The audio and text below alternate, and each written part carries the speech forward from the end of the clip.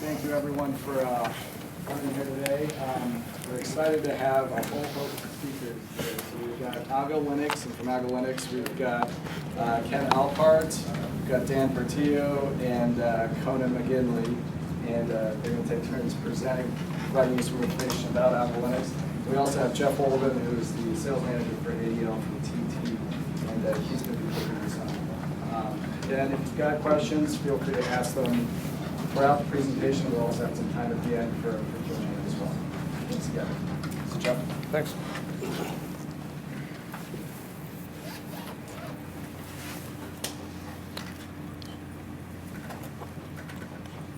Again, I'm Jeff Walden with TT.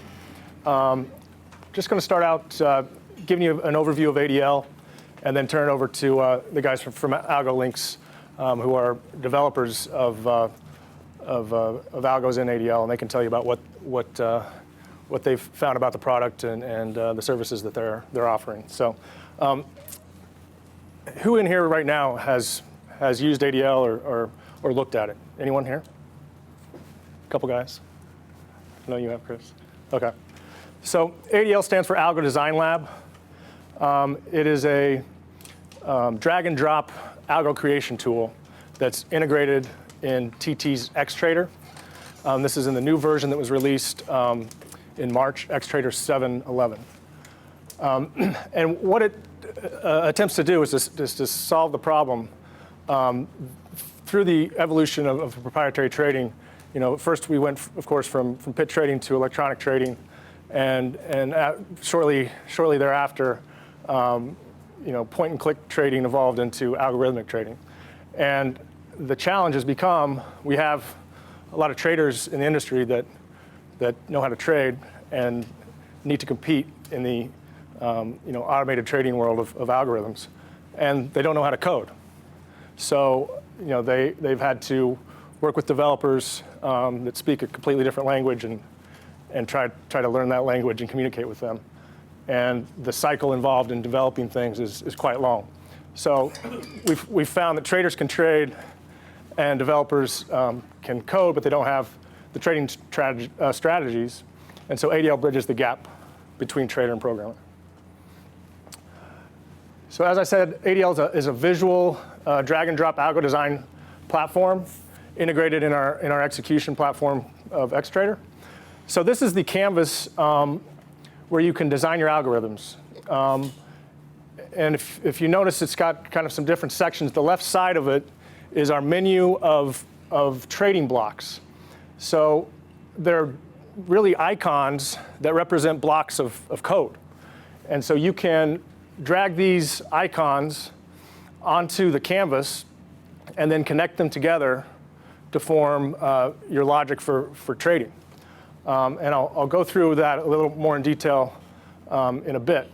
But the code is generated. It's C# code, for those of you that are programmers, on our new TT API. So one other release in our new Xtrader 7.11 is we have a simulation environment. So this is in contrast to the past, it's a client application. So you download Xtrader, you download the sim, and you can, once you log into Xtrader 7.11, you'll get the option of either logging in sim mode or in live mode. And if you're in sim mode, you have live prices. You'll see simulation in yellow across every window, but you'll be able to test your algorithms in sim mode so that you make sure that they're doing what you intended them to do, and obviously a valuable safety tool because you don't want to test something you've just written in live markets. So these are kind of the 5 main points of why to use ADL. The first is efficiency. We found that getting ideas to market is so important. As many of you know, you may identify an opportunity, and that opportunity may not last for very long. Whether it's a correlation between markets or some arbitrage opportunity, whatever it may be, you want to capitalize on that opportunity as soon as possible. So what ADL can be used as a vehicle to make that happen so much more quickly. Instead of in the past where you'd have to take this idea to a developer, communicate with that developer what you need, wait till your project gets up in the queue, and they'll come back to you and give you some sample to test. By then it may be too late. And even when you get that back, it may not be what you want. So the ADL really cuts down that development time and that testing time, and you can develop things on the fly a lot more easily. Safety. Building blocks convert into well-tested code. And as I said before, we have a simulation environment for testing them. So a lot of programmers even prefer to use ADL because it's already well-tested code free of syntax errors, et cetera. Integration, as I mentioned, this is integrated in Xtrader so that you can, as far as we're aware, it's really the only of its kind where you can develop, test, and simulation and launch all on one platform just by switching from simulation to production. Economical, Ken Alpart here will attest to this, that you can not only diminish the cycle in terms of time on development, but significantly decrease the cost of development. Flexibility, you can create custom strategies that can be modified on the fly. I'll show you how this happens. I'm sure Dan will go over this later. But you can create variables in your algorithms so that you can interact with your algorithm as it's trading. So if I want, if I think this variable may be used at a number of 5 for now, but later I may want to change it to 7 or 3, you'll have the ability to do that through our dashboard in ADL. This just kind of demonstrates or illustrates the event-driven nature of ADL. So you may have used some automated tools in the past that help you do spreading or other things, maybe conditional orders. But the great thing about ADL is you can have other logic kicked off in your algorithm based on events that you specify. So if-then statements, if you will. So if you really think about the way you trade and how you determine when to trade and what to trade, you'll probably realize that those are if-then statements. So if you can kind of get those down on paper, then the next step of translating it to ADL is very simple. This is just a picture of the design canvas again. We have the ability to play back an algo on this canvas as you design it. We have animation that shows the flow of information, which is very helpful. I think Dan will go over that in more detail later. So we have various types of smart trading blocks that submit orders to the exchange. They have input ports on the left, outputs on the right. So the required inputs, obviously for an order, are instrument price and quantity. So you can connect blocks to an order block to tell it what you want to trade, what price, and the quantity. But it's not just as simple as you can make it as simple as just making it a number that you designate, but you can derive formulas for what price you want to use and the quantity that you want to use as well. And then the on-off switch on the left can make conditions for that order being submitted. So any conditions that you can dream up and layered with and or blocks can create those conditions for which you want to submit the order. And then on the right we have outputs, and typically these are on order blocks. They are from the exchange disseminated information once you get a fill or a confirmation. So putting it all together, this just shows kind of how the blocks connect. There are fail-safe mechanisms here to keep you from connecting one block to one output to an input that's not a desired outcome. So it will give you warnings or not even allow it in some cases. But this just shows how you can place a buy order and a sell order. The left blue block is a buy order block, and the right red block is a sell order block. And I'll show you basically how you connect those blocks, or I might even just wait for Dan to do that. So I'm not taking up too much time here. But all of these inputs can be dynamic.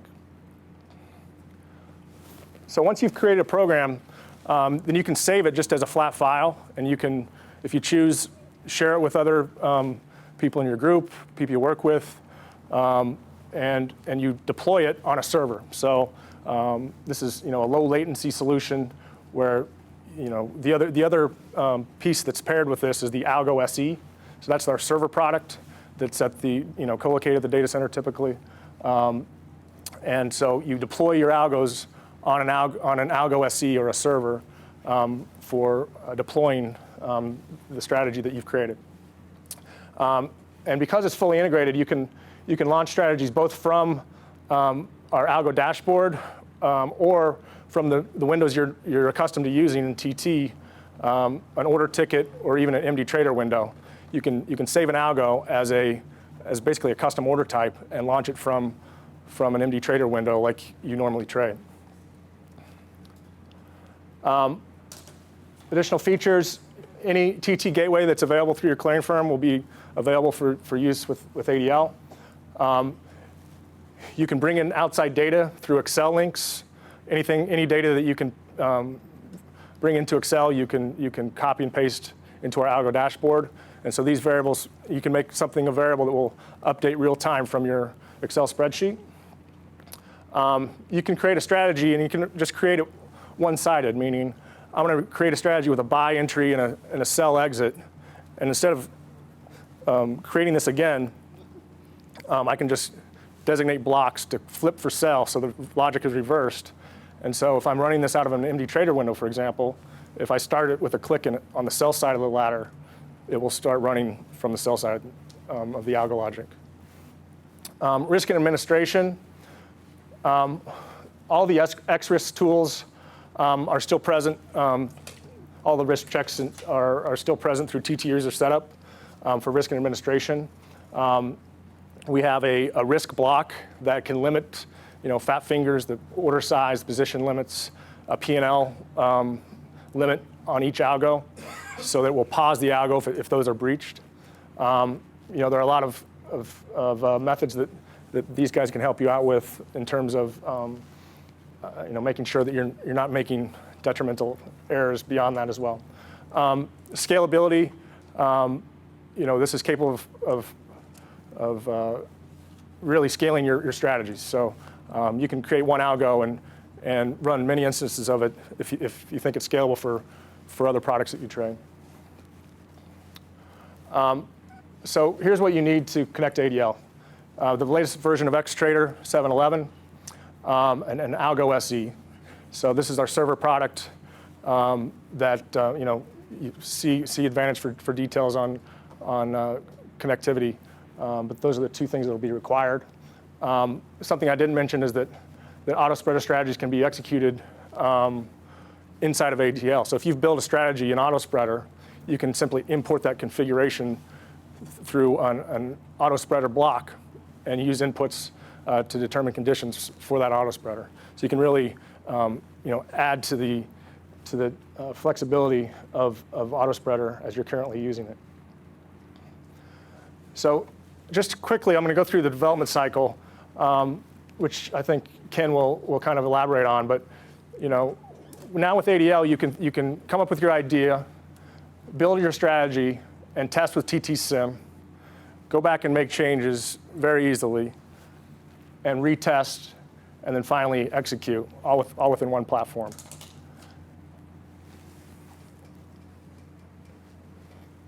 So as you can imagine, we've tried to focus a lot on training and education.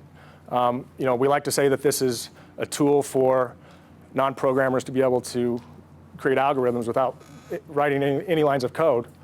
But if that's your goal, you're going to have to put in some time. So we've got a lot of tools available to help educate you. We've got a training syllabus on our website with video libraries of how to use different blocks, their features, common uses, how to connect them to other blocks. We have tutorials within the ADL Canvas. As soon as you open up a Canvas, it will prompt you for the tutorial window. We have 30 different tutorials that walk you through different blocks and how to connect them. We have a user guide, obviously, found on the website. And we have block help. So if you right-click on any block, a help window for that block will come up with all the features, uses of the block, typical use. and a video for that block. We have challenge questions on the website as well, and as I said, a simulation environment. So that being said, if you're the personality that doesn't want to take the time to learn how to program an ADL, it's certainly easier than learning how to code in C#. And we like to say that, and I can say this because I'm one of them, that a knuckle dragging floor trader can learn how to develop algos, and I'm living proof of that. And there's some of you in this room that are living proof of that.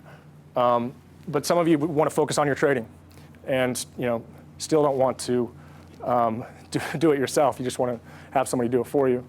And even when that's the case, you're going to find that you're going to have a much more efficient process hiring someone to program an ADL as well. So with that, I'm going to turn it over to Ken Alpart with Algo Links, because that's exactly what they do.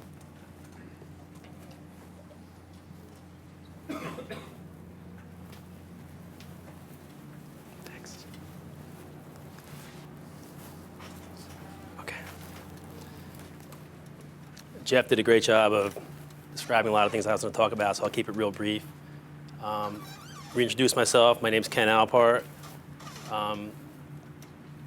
I come at this from a trading background. I graduated college in the mid-'80s, went straight down to the trading floor and traded options mostly for about 17 years. And then I traded futures electronically for about 7 or 8 years. And I built a very successful trading company here in Chicago, which was sold in 2009. And just to speak quickly to my experience, which Jeff did a great job of describing, not that everyone has the kind of budget that I had, but working with teams of quants and programmers in C#, C++, and mathematicians to develop trading strategies, you can obviously get where you want to get. But it wasn't, for me, it wasn't until Dan Portillo introduced me to ADL that I found that I could efficiently implement the strategies that I wanted to in an efficient way. So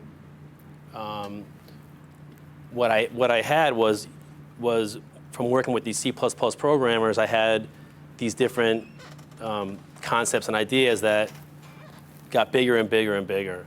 And when I started to work with Dan in ADL, what I found was it was very, very easy to first transport everything that we had done over 7 or 8 years and spent millions of dollars doing into ADL, and then to go further and further. So as a trader, I could take my ideas, watch the market, say I want to do this, this, and this, and I could get the stuff done very, very quickly.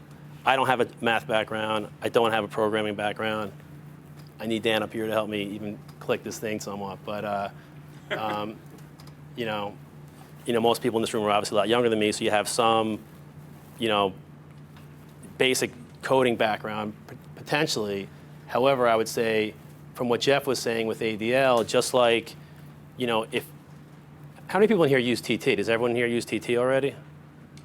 Okay, so if you're familiar with trading technologies and you use like their spreaders, and then there's limitations to what their spreaders can do, then ADL comes along so that you can now have these built-in modules that allow you to take their spreaders and their functionality to the next level.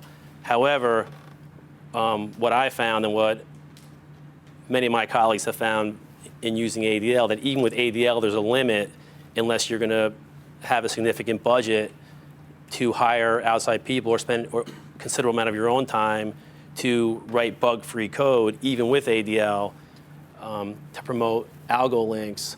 What we have is basically 10 years of market coding experience, debugging different ideas that prevent you from having disasters, and then 2.5 years of coding in ADL to develop modules and tools that we have that have been pre-built, compiling the blocks that exist in ADL. So, I guess I'm here to promote. What's that? No. So I guess I'm here partly to promote ADL and then partly to promote Algo Links, which is the company that I founded with Dan.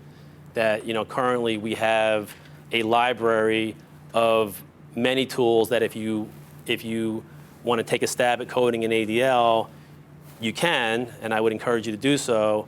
But I would say that, with the library we've developed, a lot of the things that you're going to want to do, will be cheaper and more time efficient if you consider utilizing algo links. So without saying too much, I'm just going to pass things along to Conan.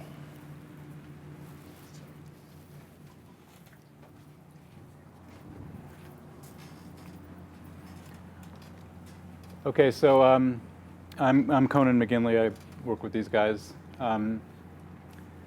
So we have a large library of tools, and what we're trying to do for this seminar was give an idea of basically how we've grouped together subsets of these tools or modules to make functional units that traders like yourselves could use. I think we were all spread traders. Everything I've traded in my life was a spread, whether options or futures. I haven't done a lot of directional trading. Well, we have tools for that, but we do. We've all used TT's auto spreader and auto trader extensively. Sort of did everything we could with that. That's why eventually we spent years developing code in C++ to do basically a large Euro-dollar trading machine.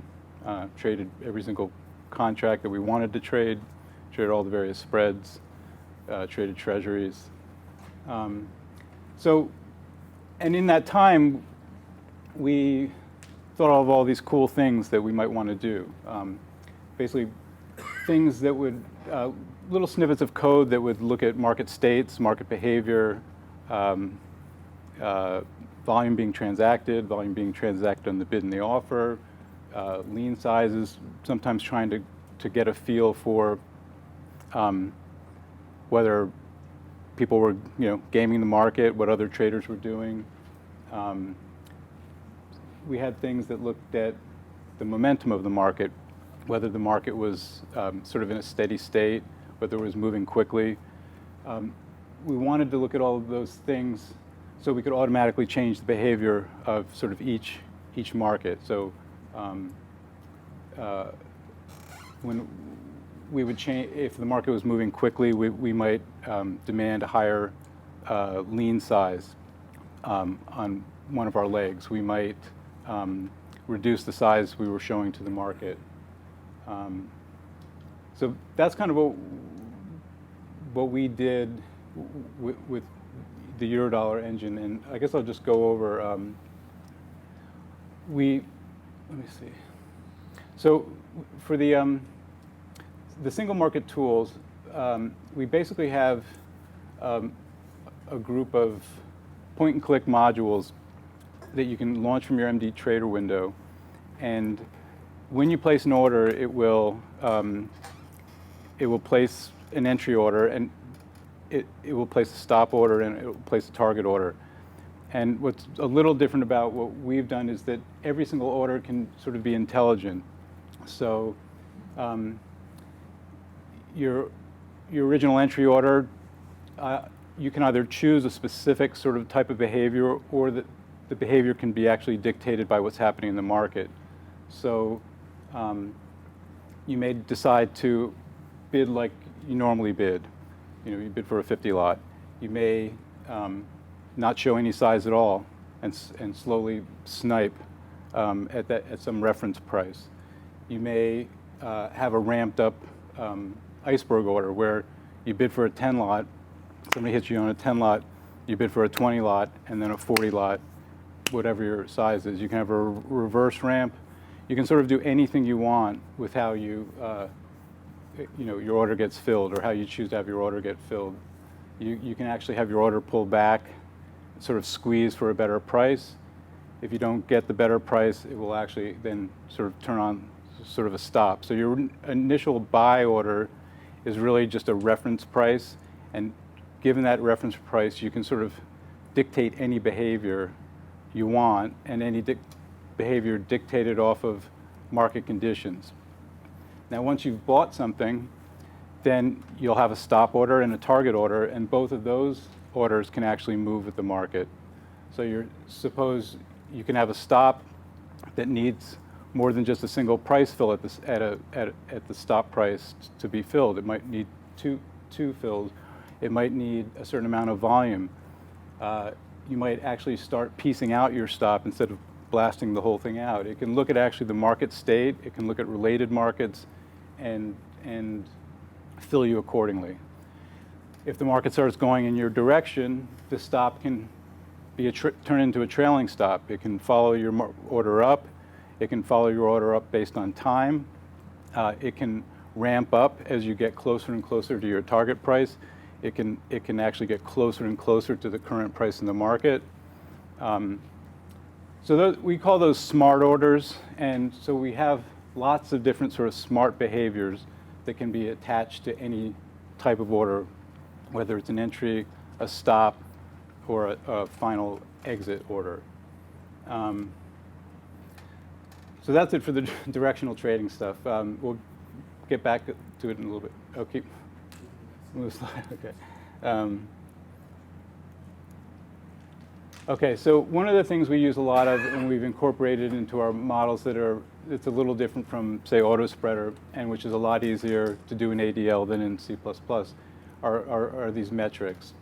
You can have metrics that are based on time elapsed since you placed your order, something that happened in the last 2 minutes, 10 minutes, whatever. You can look at things like buying pressure, however you want to measure that, as long as you use available market state information that's you normally see through TT, but can't really process in your head. You can look at things like momentum, again, however you might want to measure that. You can look at volatility. You can look at movement in correlated products and dynamically modify your order quantity and price according to these metrics. I touched a little bit on advanced order entry methods. Sniping, or basically electronic eye, is pretty common with options, not as much with futures, but you can sort of have a reference price for a leg of your spread, but not actually show your size to the market. You can vary your size in all different ways. I think it's a good idea these days not to be a liquidity provider. There are people who are so advanced that they will use your liquidity sort of against you. So it's important to sort of incorporate evasive methods or camouflaging techniques to help you get done what you want to do without having somebody stint you for the entire day. Scaled in buying, I talked about ramping up orders. The same thing with modified icebergs. Iceberg is sort of a catch-all phrase, but it just means it's an order that pieces out your order, but rather than just slicing it in one direction or in one constant slice, you can slice it in lots of different ways. You can use time, and you can use so you can have your own strategy. I mean, I think for when you're trying to be aggressive on an order, don't want to show your size. Sort of a ramped up iceberg tends to be an effective trade because when volume is hitting a bid, it tends to keep hitting a bid until it goes away. So it's nice to be there and get most of the trade, but it's not so nice to show your whole size because you can get gamed. I talked about fills. Oh, so yeah. So every fill can have attached exit logic. So any fill, no matter whether you're using it in a spread or a directional trade or a systems trade, can have some of this advanced logic that can be used to guide the order, and it can constantly change. So a lot of we have many ideas about these things, but I'm sure you guys have thought about different ideas. You can sort of let your imagination run wild, but there are lots of interesting things you can do with your orders that you cannot do now with AutoSpreader.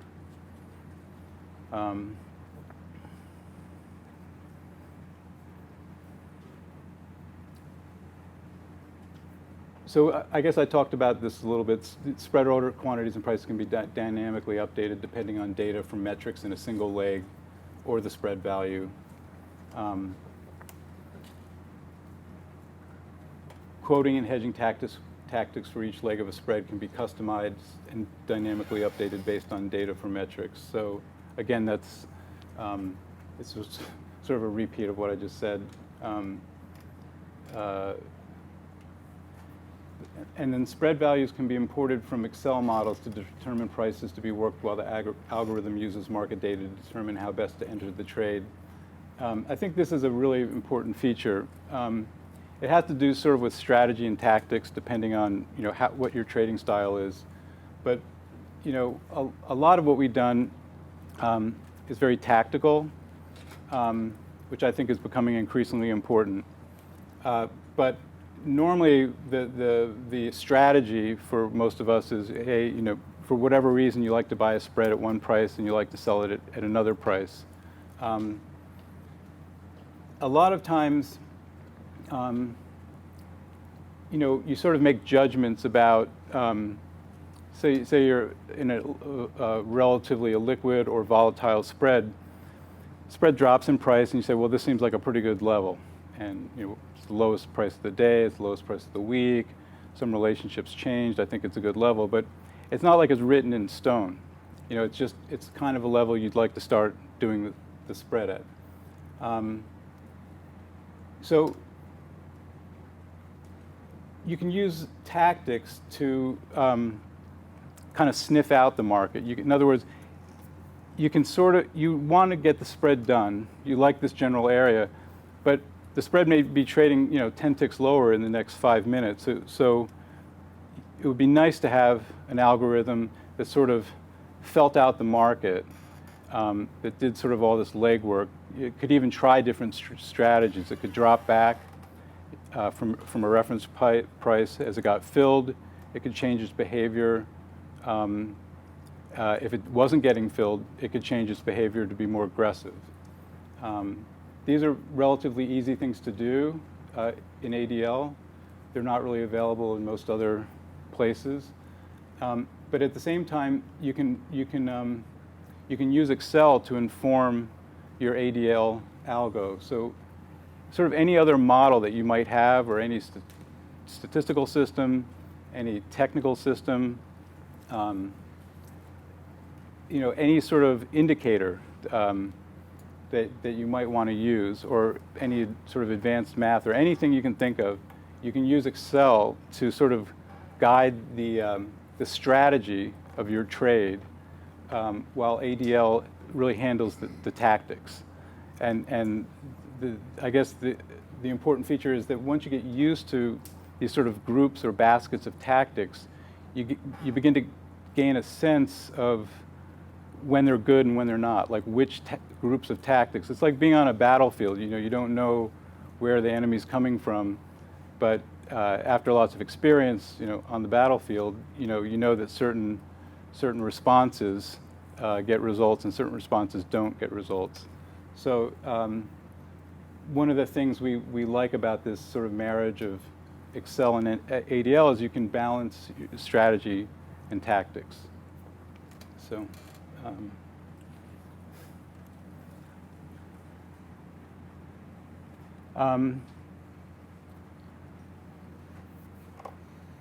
So individual trading modules can be linked together to manage entering and exiting of trades while using metrics to make adjustments during the duration of the trade.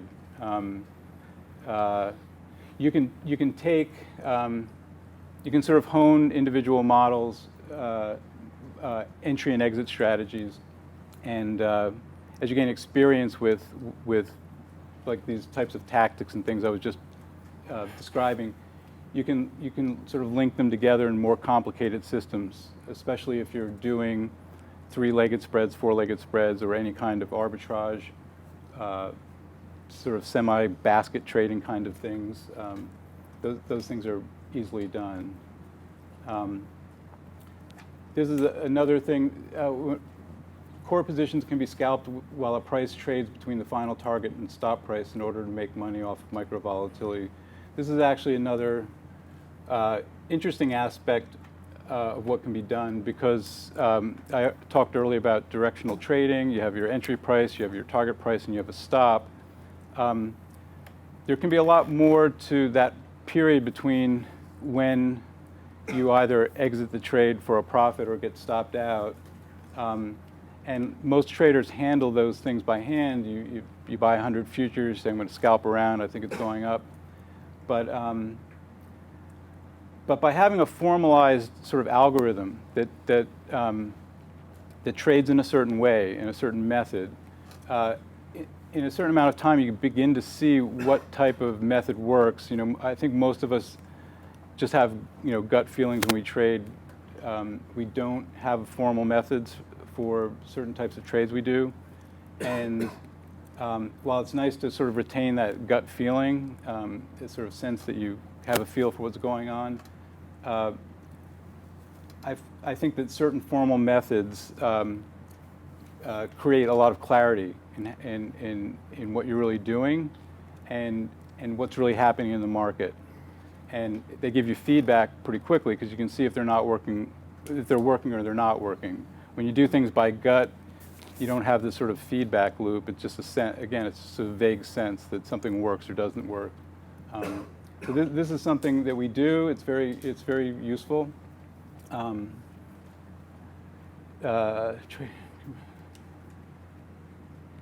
Yeah, so trading parameters can be adjusted dynamically based on total position, P&L, or signals imported from Excel. There's another thing. I mean, sometimes you might want to adjust how you trade depending on the P&L of what's occurred since you first entered a trade. That can be something like your stop being adjusted for your P&L. If you closed out some of your position with a profit, you may want to tighten your stop, or you may want to make put more slack in your stop because your net cost of your original position is lower, and you feel like you have more freedom to play with. It's sort of a personal thing, but it's another interesting feature. It's another thing you can implement fairly easily. This last thing is actually also pretty interesting. Full strategies can be deployed from MD trader ladders using the selected instrument. So you can actually add buttons at the bottom of an MD trader ladder. You can add up to 4 buttons. You have to get rid of the ones that are up there, but you put 4 new ones on with the name of an algo that you've developed or somebody else we've developed. And so you can have a market on on the first 30-minute algo. If you trade S&Ps directionally, it can handle things one way. You could have the noontime algo when the market's dead that does things in a different manner. You can open multiple MD trader windows with multiple algos all doing different things. So you can have really like a quiver of tools that you can launch at a moment's notice that will do completely different things. So I think that's a great feature. I think I'm running on here. Just give Dan a sense.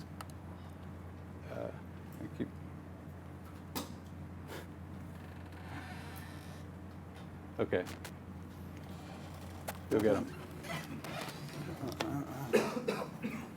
Hi, I'm Dan Portillo. I do most of the programming. So I'm just going to run through what it's going to look like in ADL for a fairly complex strategy that's been built.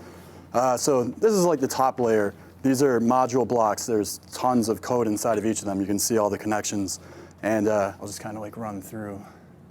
This block here is placing orders. When you get fills, it sends information out, kind of processes the fills, does risk checks, those types of things, making sure you're not looping. So basically like risk management, fill processing. Then it's going to pass it on to these 3 blocks, which are like different hedging options. So you can just kind of see there's discrete little bits that are going to handle different parts of your algorithm. And up here is like a lot of pricing and where the continuous market data is coming from. So then I'm just going to like zoom in, or I kind of described. So yeah, so here's like pricing coming into the order block, and this is like sending in variables to the fills, so you can kind of see the flow. Here now, after you get the fills, passes it on to the hedge blocks. So this is inside of one of those 3 hedge options. So you can see here, this block of, or group of ADL blocks, the kind that are native, are making a decision on which of these hedge options it has the most value to it. So you can be doing calculations to see like if you lag behind a bid, or saying which bid's stronger to lean on if you're going to try and squeeze it for extra ticks. And then it's going to make that decision, and in this case, it's like picking option 1. So of your multiple options, it's going to send it to this one.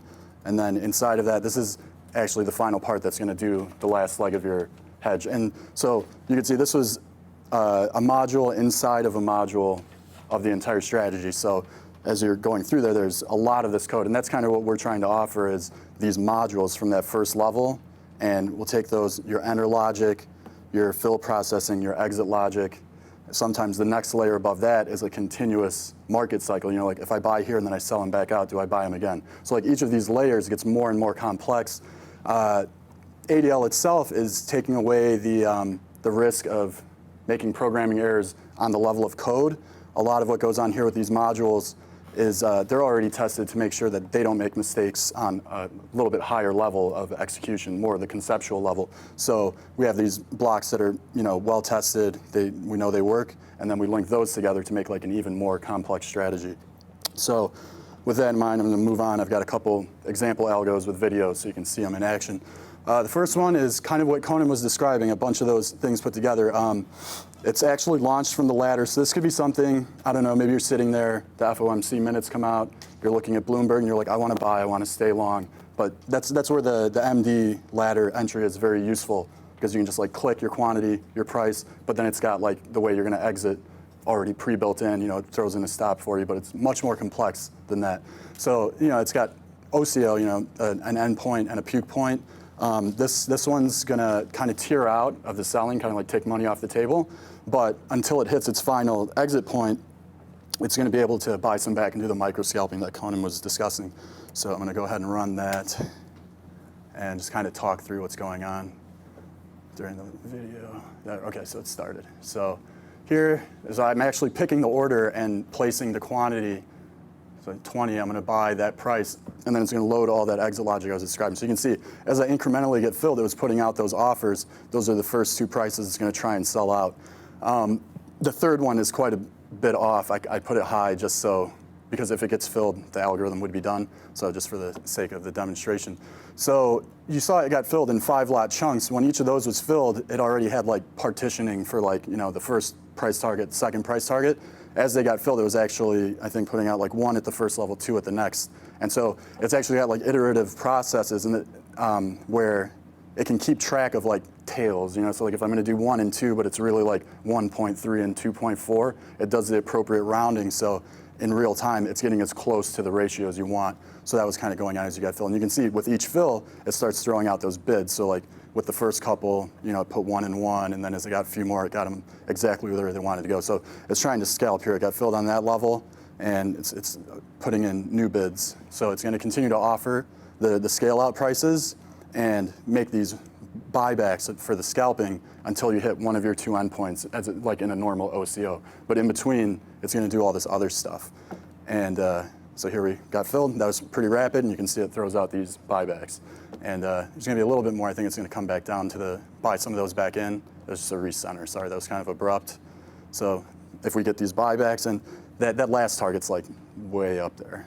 But as it gets these, buys them back, it's going to offer them back out at the initial price. And so I've done quite a bit with that, and it's pretty flexible, like how many different places you want to sell out. And the cool thing is, a lot of the different concepts Conan was describing, you just like mix and match. So like maybe you want to be scalping until there's a huge down move in this product or a related product. It might be volume based, it might be a movement in time. And those are modules we have, like if gold moves 50 ticks in less than 30 seconds, and this instrument is correlated in the same direction, when that happens, I'm done scalping, and I'm going to adjust my exit strategy.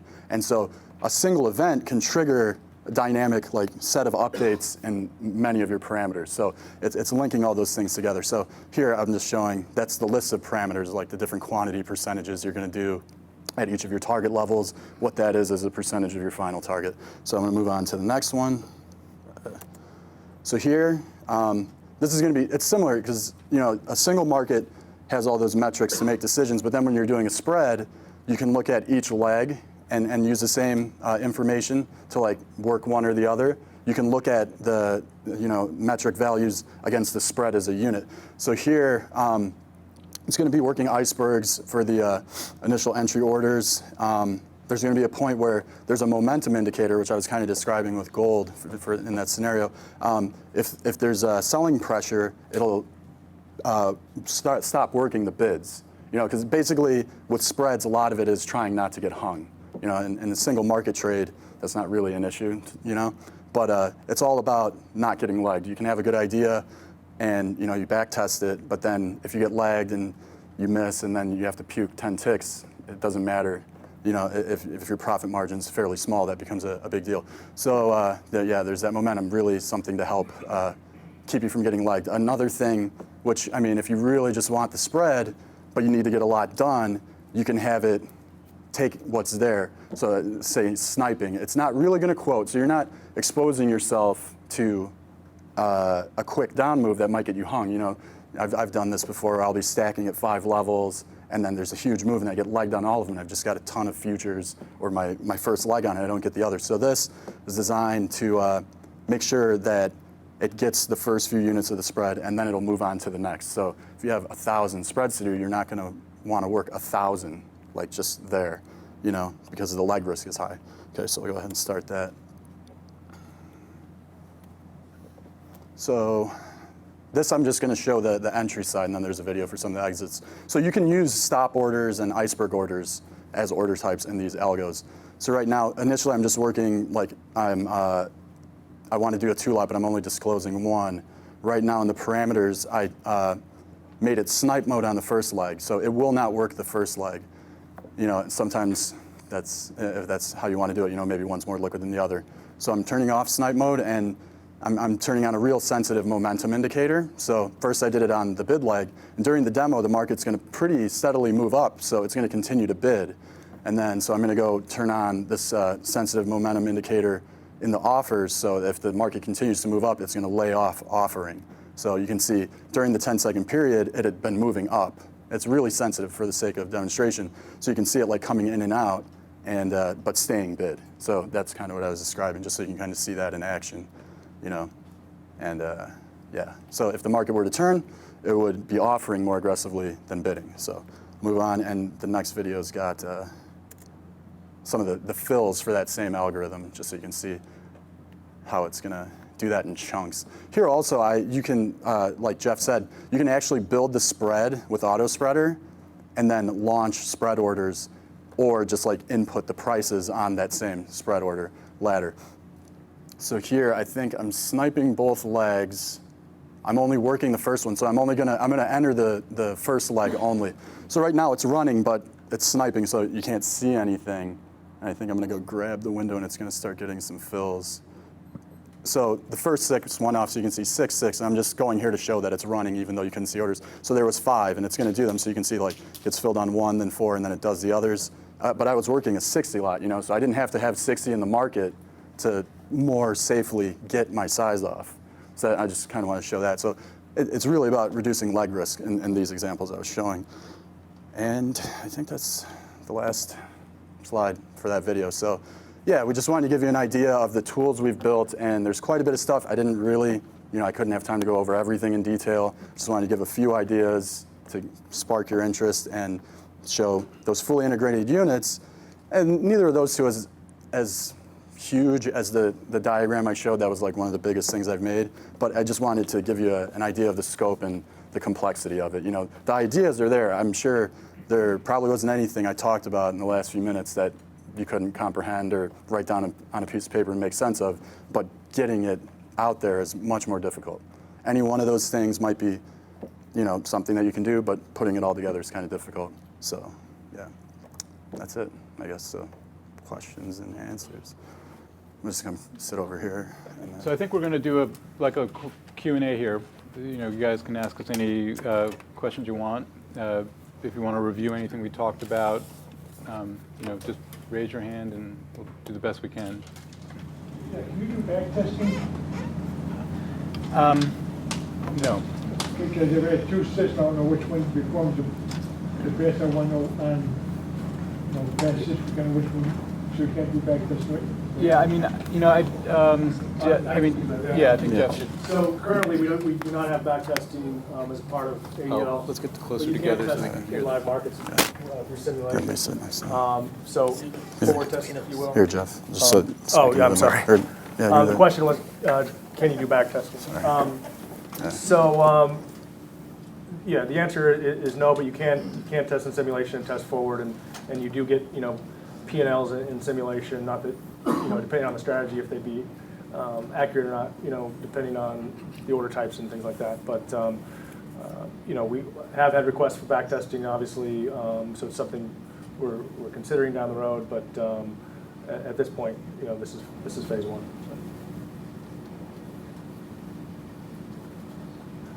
How do you price out the modules, and how quickly can you get turnaround?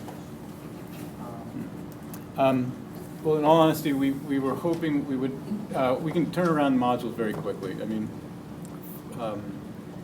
we were hoping for this seminar to have a more definitive price for two things we're trying to provide are basically a relatively powerful spreader and a relatively kind of cool OCO directional trader, the kind of thing Dan showed there, that's capable of, you have a large list of parameters. You can sort of shape your strategy or your method in any way you might want. It's as we talk to people, everybody wants something a little bit different, and we're trying to create sort of a product that it doesn't have to be customized and tweaked. Mostly what we've done is custom projects. It's a longer cycle. It happens pretty quickly, but you have to sit down with traders and go over things and test and sim. And we're trying to create a fairly robust spreading product and directional trading product that pretty much anyone can just use sort of off the shelf by all these models are highly parameterized. So it's just a matter of setting parameters, just like an auto spreader, but much more elaborate, but something that anybody can kind of figure out in a day. He's going to answer the pricing. As a company, we're in the process of figuring that out. It's obviously very important, very important for our company because we are trying to make money, and the marketplace is difficult in terms of deciding how to price. But to answer your question as directly as I can, we are going to have a spreader that's going to be in the $4,000 to $8,000 range, and we are in the process of putting our products on our website, the library, and we think what's going to happen is it's going to be like an a la carte menu, and that depending on what you want will determine the price, and we're trying to make it as menuized as possible. However, the reality of dealing with traders is you guys are a pain in the ass, and everybody wants like their own way of pricing things, and we're trying to be flexible to the market. So, we don't want to be, a 19-page Chinese menu of like different pricing strategies, but we're in the process of putting that online. So in the next couple of weeks, you can come check out our website, and hopefully some of those questions will be answered. And then, we're a small company, so we are trying to be flexible to the market. For the pricing, are you guys planning on having like a subscription-based model or a one-time model where you can use those modules? I mean, that's a question we're answering. I mean, we're probably going to offer both. We're probably going to be like a subscription base, and we're probably going to offer a one-time pricing. Initially, it's probably going to be one-time pricing. And then for the spreaders or the specific modules, I assume you guys we could integrate them into our current algos. They wouldn't be locked, so we can modify them. And They will be locked. make additional They will be changes locked. or whatever.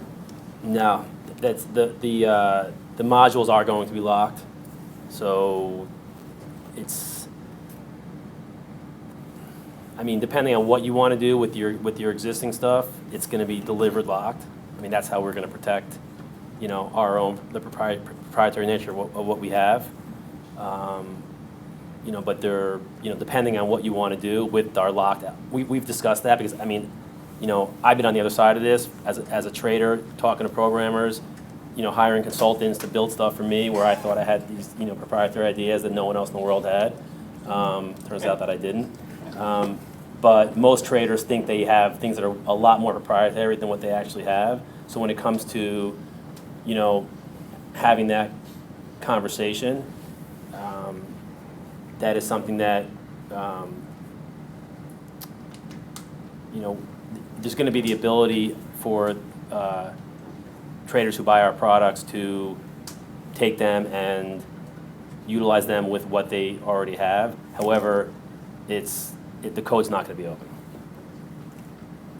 So it'll be a give and take on how what you have links with what we have is going to be, For option trading, you put this on top of what you're already using. I mean, for your, for your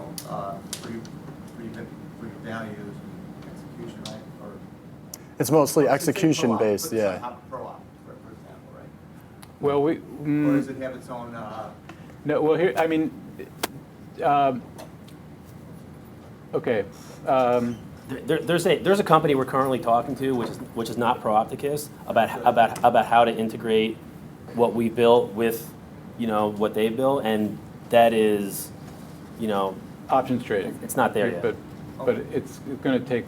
That's going to take more. You can't automatically put this on top of something. Well, that's where the spreadsheet comes in. If you have an RTD that you can populate values for that aren't native to ADL, or else you do it all in ADL. So you have an advanced pricing model with math type functions that aren't in ADL. If you can feed those in RTD to the spreadsheet and then make a price that you send into ADL, it can handle the very short time frame stuff. So if that makes sense. So if you have a value that can't be calculated there and it doesn't need to be, super low latency, and it's more just what's the value of this option? Right. I don't even know options that well, but you send it in, and if you have executions based on that, you can make those parameters with the Excel link, and it will, squeeze things lean, puke, chase, because that's what it comes down to. It doesn't matter if the idea was good. The ADL really comes in to make sure you get the prices you need, take care of damage control. So you will be able, if the software, Pro-Opticus or whatever, has an RTD into Excel, you can then manipulate the data and send it into ADL to handle execution. So you can actually integrate as long as you can get it into Excel.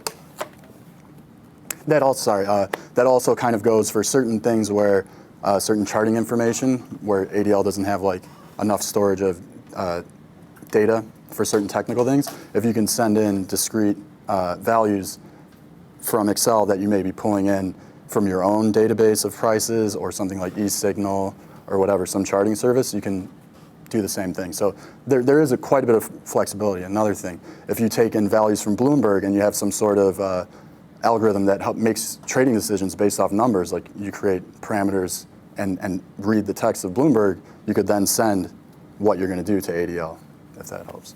So you can get a lot of information in that isn't there through the Excel link.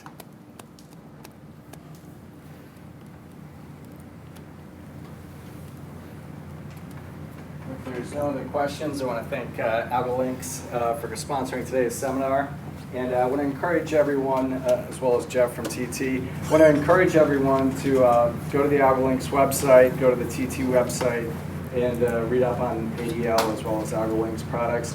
Also, go to the Advantage Futures website. We'll be putting today's seminar on our website. If there's other seminars that you're interested in, or if you've got ideas, or you want us to pursue different topics, I encourage you to email us in, to contact us. We're always looking for good topics.